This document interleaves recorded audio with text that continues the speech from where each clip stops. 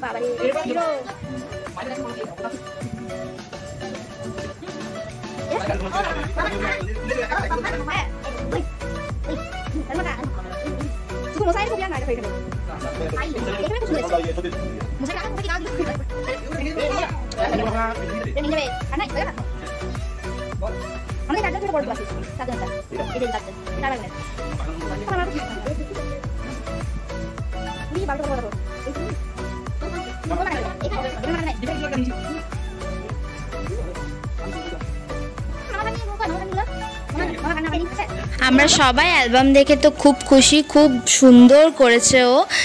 এই হচ্ছে আমাদের ফটোগ্রাফার। যদি তোমরা যোগাযোগ করতে চাও অবশ্যই যোগাযোগ করতে পারো।